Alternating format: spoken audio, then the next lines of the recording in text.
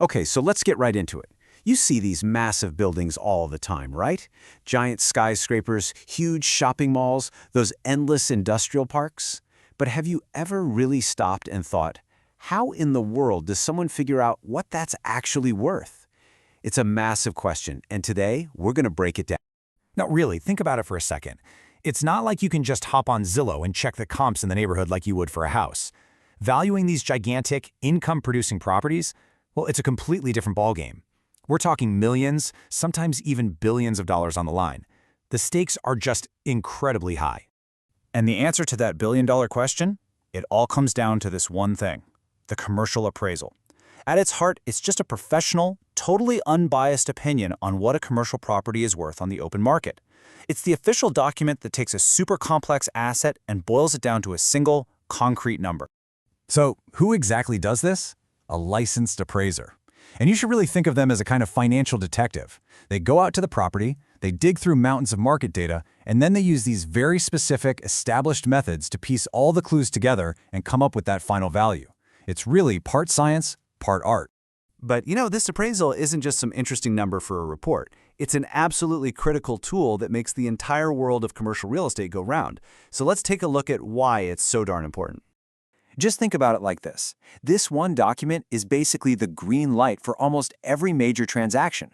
A bank is not going to lend millions of dollars for a new office building without one. An investor can't make a confident offer without one. Heck, you can't even fairly settle an estate or fight your property tax bill without this objective proof of value.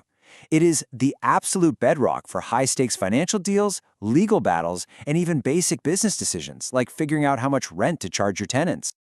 Okay, so how does our financial detective actually crack the case? I mean, they don't just pull a number out of thin air. They have a very specialized toolkit with three main ways of getting to a property's true value. Now, what's so cool here is how each of these approaches looks at value from a totally different angle. The sales comparison is basically asking, hey, what did similar buildings sell for recently? The income approach asks, how much money is this property actually making? And the cost approach asks, what would it cost to just build this whole thing again from scratch today? Now, an appraiser will often use a mix of these, but in the commercial world, that income approach is almost always king. And why is that? Because these properties are investments, first and foremost, so their value is directly tied to the cash they can generate. And this just shows you the sheer depth of their investigation. The appraiser is looking at everything: the physical building, its location, of course, but also, and this is crucial, the financial health of the property. Who are the tenants? How long are their leases? What's the vacancy rate in the area? They're even looking at the wider economy. Every single one of these things can push that final number up or down. Now, if you're sitting there thinking, wow, this sounds way more complicated than the appraisal I got for my house, well, you are 100% right. They are two completely different worlds. Here's the absolute biggest difference: the main driver of value.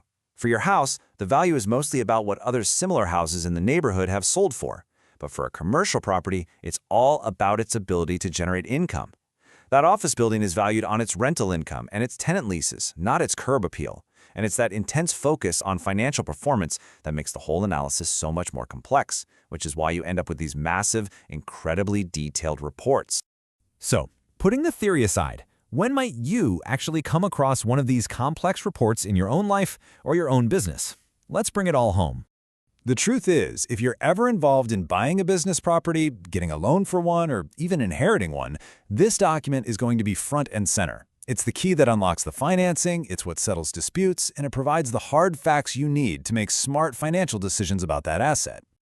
And in the end, that's really what it all comes down to. In any given deal, you've got so many competing interests, right? The buyer wants a low price, the seller wants a high one, and the lender just wants to minimize their risk. The appraisal, it acts as that impartial, unbiased foundation that everybody can agree on and work from. It creates a shared, objective understanding of value. So the appraisal gives us the hard numbers, right?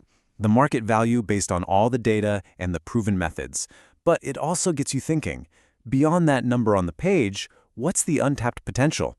What future growth or strategic angle isn't captured in today's report? And that is the question that every single smart investor is constantly asking.